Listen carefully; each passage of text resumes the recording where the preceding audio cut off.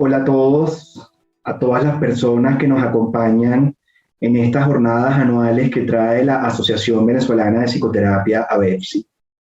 Un encuentro que es en memoria al doctor Tomás Godoy y un encuentro importante para poder reflexionar y poder hablar del impacto emocional que ha traído el COVID y la pandemia y la pospandemia a nuestro quehacer, la psicoterapia.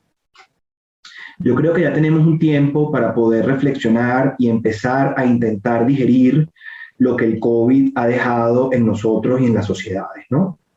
Le quiero agradecer a Bepsi el haber aceptado mi propuesta para participar en esta mesa de duelo, sufrimiento y transformación, y voy a hacer una lectura del material y espero en el espacio de preguntas y respuestas poder amplificar todas sus inquietudes.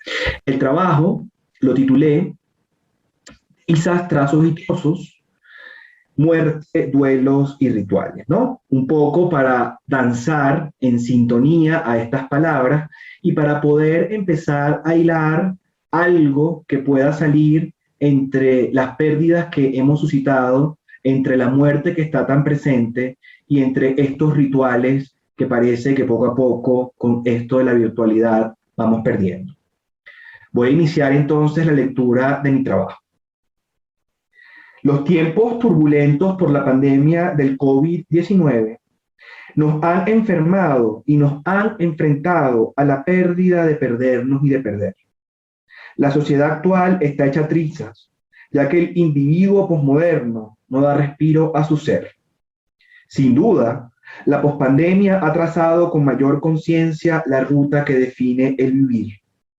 De la cuna pasamos a la tumba. Y con los trozos del presente nos aferramos y anhelamos a aquello que no volverá jamás. La muerte ha dejado sus huellas, ya que habita nuestro presente y no ha podido disolverse en la invisibilidad del olvido. No ha podido ser archivada en el tejido de la memoria. Nos ha mostrado distintas caras y ha producido múltiples heridas, ya que con su llegada ha expuesto la experiencia del horror y ha tambaleado a la conciencia para que podamos entrar en contacto con algo distinto y algo diferente.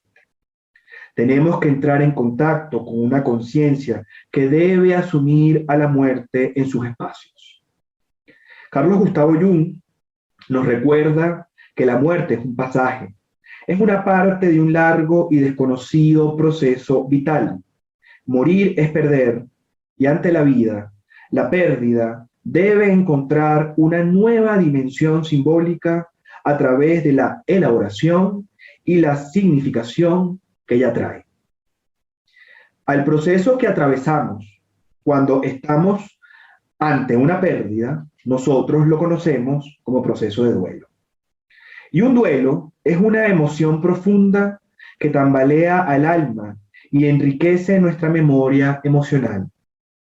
Para Rafael López Pedraza, el duelo es dolor sentido que invade a todo nuestro ser, haciendo vibrar las membranas del alma, contactando con el miedo y el pánico que implica el vacío y que deja en el alma un campo activado a través de las emociones que trae la condolencia.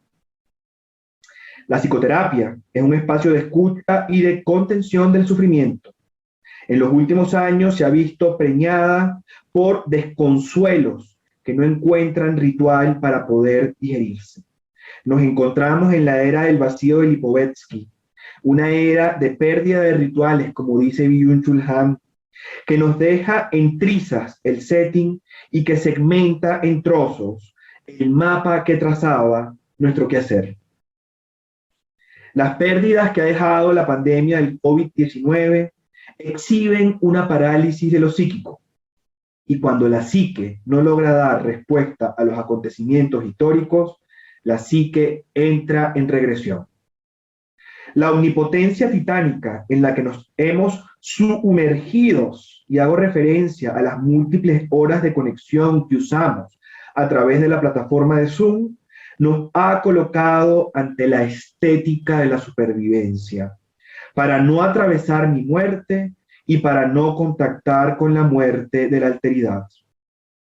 La soledad ha implicado los múltiples confinamientos, han lacerado y violentado a Eros, esa fuerza de vinculación y de unión que produce esa hermosa dupla que es yo y no yo. Coexistimos con los otros en la virtualidad para poder superar la soledad. En una sesión de psicoterapia en tiempos de confinamiento, Irene, una mujer de 45 años de edad, soltera, sin hijos, inmigrante venezolana, caraqueña, residenciada en la ciudad de Quito, me comenta lo siguiente, y cito: han sido días difíciles. Le tengo que agradecer a Cheo Pardo las rumbas que hace por su cuenta de Instagram. Gracias a ese espacio, entro en una dimensión para danzar con la música y para conocer desconocidos. En el chat nos empezamos a escribir frases para darnos ánimo y para poder aguantar otra noche pesada, otra noche de soledad, otra noche en casa. Fin de la cita.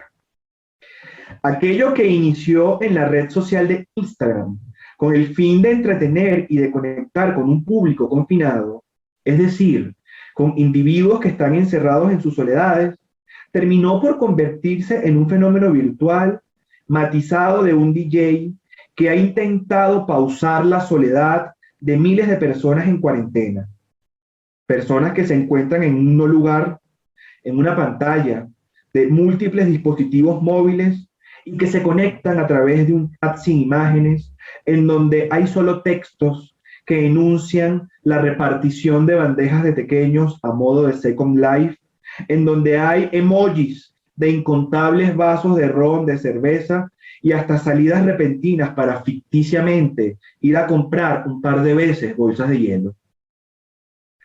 Semana tras semana, viernes y sábado, las convocatorias ocurren con el ingenio de las personas que se encargan de crear estas situaciones como que si en la realidad se encontraran bailando, todos en un espacio inexistente en donde se reúnen amigos, familiares y otros tantos desconocidos. Parece que los rituales o no existen o se van transformando. Irene, con su experiencia virtual, me hace viajar con su sufrimiento a la línea delgada que implica la muerte por la soledad. Con la muerte y al mismo tiempo contra ella, creemos encontrar el acceso para ser con los otros libres y para alejar lo insoportable de la soledad en nuestro presente. La paciente existe en un no lugar sin otro existente. Noches de insomnio para perder la noción del presente con sus inicios y sus finales. Momentos paradójicos, ¿sí? Para poder olvidar que en otras partes del planeta muchas personas no pudieron acceder al ritual fúnebre de poder despedir seres queridos que definitivamente no le ganaron la batalla al COVID-19. Un presente adherido a un pasado con dificultades de renovación por la incertidumbre tenaz que nos trae el futuro. El insomne padece de una cara de la muerte. El individuo queda atrapado en una duración y en un tiempo que no avanza, en un tiempo donde fallecen minutos y horas y en donde nada transcurre y nada fluye. Para los griegos, la muerte era naturaleza de los mortales. La fantasía de no querer dormir para no morir es inflación del ego, estado de narcisización o de ibris que nos aleja por completo de nuestra interioridad. Lutos, lamentaciones, sollozos y aullidos son emociones ritualizadas que se activan ante el campo emocional de la pérdida. El mundo posmoderno nos ha alejado de los rituales y ha suavizado ese transitar del duelo. Ya, obviamente, no nos damos golpes de pecho, ni mucho menos nos jalamos los cabellos. Al contrario, estamos en una sociedad paliativa que ha hecho trizas el proceso de incubación que requiere la concientización después de haber atravesado una pérdida.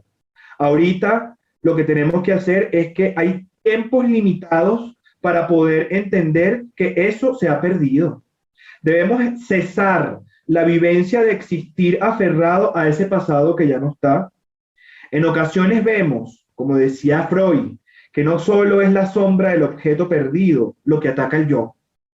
También es posible que el yo no quiera soltar a los objetos, generando apegos patológicos que nos hacen trizas y que vuelven trozos nuestro aparato mental. En ese danzar de olvido y de recuerdo, el dolor del duelo se siente en lo físico, pero debe registrarse en lo psíquico. La función social del luto debe dejar de un lado que el sufrimiento esté y que el sufrimiento puede encontrar un rito que requiere de un sentimiento tan privado que casi siempre es obligado por lo público a dejar de existir. Sufrir es vivir, y el sufrimiento es una emoción básica que requiere nuestra psique para su desarrollo y su amplificación. Desde el viejo cuento de Apuleyo sobre Cupido, Eros y Psique, conocemos las metáforas necesarias para generar ese soul making o proceso de hacer alma.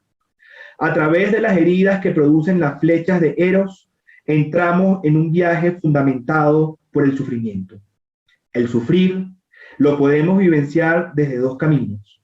El primero, cuando el sufrimiento es una carga poco liviana para el yo, y en una parálisis psíquica nos victimizamos por lo que nos ocurre y por lo que perdemos. La segunda vía que podemos transitar ante el sufrir es aquella matizada por la función de la psique sufrida, es decir, de una psique que le da paso y espacio al sufrimiento para que habite en ella y para construir el cuerpo psíquico que los roces de la vida y que las circunstancias otorgan a nuestra propia condición humana. Sufrir desde el yo es enfermar al cuerpo, es transitar por lo psicosomático, mas cuando el sufrimiento es tomada por nuestra psique, la emoción del sufrir le pertenece a lo psíquico y alimenta al individuo doliente a amplificar su conciencia y a estar en consonancia con su destino, con las moiras y con la individuación que le toca construir. En el espacio sagrado de nuestra interioridad podremos dialogar con la infinitud de nuestro self. Nacimiento y muerte llegan al mundo el mismo instante. La pandemia nos ha dejado la dolorosa lección de ritos iniciáticos, la dolorosa lección de que la muerte es una presencia constante. Tenemos que tejer el camino de estos ritos iniciáticos para poder traspasar el umbral de la vida en estos dos momentos que este acontecer del COVID ha dejado y ha traído consigo. La vida no será la misma desde la llegada de ese invasor, de ese pequeño diminuto que nos sigue arrebatando y quitando nuestros más preciados tesoros. Y la pospandemia, más que un futuro incierto, se ha vuelto un eterno presente que nos aniquila y que nos mata. La topología actual de las pérdidas se matiza por la desaparición de los rituales, lo que imposibilita coagular los duelos del presente. Recordemos que cuando estamos haciendo referencia a los rituales, estamos intentando definir a esas acciones simbólicas que transmiten y representan los valores y que mantienen cohesionado a un colectivo o a una sociedad. La potencia del ritual es que nos comunica, es que genera un colectivo, pero la potencia del ritual es que se hace en acciones que no requiere de comunicación. Los tiempos titánicos post-COVID, paradójicamente, nos mantienen en un estado de hiperconexión, de hipercomunicación, pero lamentablemente hemos perdido nuestras colectividades, nuestros grupos y nuestras comunidades. Ana es una mujer de 35 años, inmigrante en la ciudad de Quito desde hace 6 años, está casada con Mauricio y hace medio año perdió a su padre en Maracay por los estragos que genera el cáncer en un individuo de la tercera edad. Está presa por la imposibilidad de acceder a su país de origen, ya que no cuenta con documentación vigente y porque no existe ofertas de vuelo o posibilidades para poder viajar. Ana debe despedirse desde la distancia sin comunidad. Está hecha triza, con el corazón en trozos. No puede reconocerse ante la dolorosa pérdida de su padre. En exilio, mi paciente no alcanzó a conversar con su papá sobre los proyectos y sobre la compra y adquisición de una casa para poder instalar su hogar en la ciudad donde hace vida desde hace ya un rato. En exilio Ana, pero en exilio también la energía de la diosa Hestia, diosa del hogar, del fuego y del centro del alma. Ana está desenfocada, no encuentra imágenes que le ayuden a comprender su presente. Atraviesa un vacío simbólico que no llega a un cuadro franco de psicosis. No tiene rituales, no tiene metáforas generadoras de sentido que le ayuden a encontrar estabilidad psíquica a su vida pese a sus circunstancias. Como Ana, miles de personas tampoco pudieron decir adiós desde los ritos fúnebres que el judeocristianismo permite en el occidente del planeta. Los rituales, desde su aspecto simbólico, permiten la instalación del hogar, de ese espacio interior que nosotros denominamos alma. Los rituales transforman la forma de estar y de ser en el mundo, porque con los rituales más bien estamos en casa. Estamos en lo conocido y en lo que repetitivamente requiere la psique para conocerse y para reconocerse. Los rituales son fiables, hacen habitable el tiempo, lo celebran, lo acondicionan y lo ordenan. En la posmodernidad, el tiempo está falta de cuerpo, ha perdido solidez y se ha vuelto líquido, como diría Bauman. Se desintegra en un presente puntual que nos disgusta, nos atemoriza y mortifica. Lo que se precipita sin interrupción ni asidero no puede ser habitable y genera en el individuo una inestabilidad que puede llevar a locura y a muerte. El desasosiego al que nos ubica esta falta de rituales nos aleja de la cortesía y del prójimo. Ya no solo son los tiempos líquidos con los que debemos lidiar, ahora también es la muerte del prójimo y de la alteridad, la realidad tan dolorosa que se hace presente. Sin el ritual me pregunto, ¿cómo se mantiene entonces el trato entre los individuos y las personas? Me pregunto, ¿cómo construir el poder de la conversación y defender el alivio que ella trae en esta era digital? La psicoterapia, como espacio de reflexión y de escucha, también está siendo troceada por la sociedad narcisista y el extremo individualismo del sujeto posmoderno.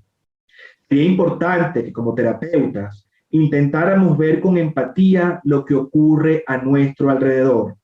Desde nuestra silla, poder observar con benevolencia la soledad de nuestros consultantes y la nuestra propia. En introspección genuina, pudiésemos invitar al consultorio a una segunda silla para poder remendar los trazos que ha dejado estos tiempos turbulentos en los vínculos familiares, en la pareja, en el romance y en ese vínculo de fraternidad y amistad que todos tenemos. También pudiésemos ampliar el espacio analítico y terapéutico para traer ahora una tercera silla y en ella sentar a la comunidad, a la escuela y a las universidades y espacios laborales para hilar finamente con sutura las trizas que han dejado los múltiples confinamientos. Acercar a ese prójimo distante para poder así aliviar la inflación que esta distancia ha producido. Demos paso entonces a la incubación que la psicoterapia requiere. Intentemos surcir lo desmembrado. En nuestro rol, remendemos los zapatos rotos del que toca nuestra puerta. En el marco de nuestros límites y a pesar de los límites. Tenemos que ser responsables de lo que podemos asumir, pese a nuestro trágico presente. Quizás los tiempos post-COVID nos ponen a nosotros como terapeutas ante una deuda y una demanda muy fuerte. Los otros necesitan de cosas. Los otros necesitan de nuestros afectos y de nuestro rol, ¿sí? Quizás esas cargas o esas deudas morales, éticas y estéticas son las necesarias para poder mantener el ritual de la psicoterapia. Un ritual en donde exista un tempo psíquico, un tiempo emocional, donde el sufrimiento, pese a sus trozos, pueda encontrar trazos para crear individuos sólidos con un cuerpo psíquico que aguante los tiempos líquidos y de incertidumbre que aún estamos atravesando como humanidad. Muchísimas gracias.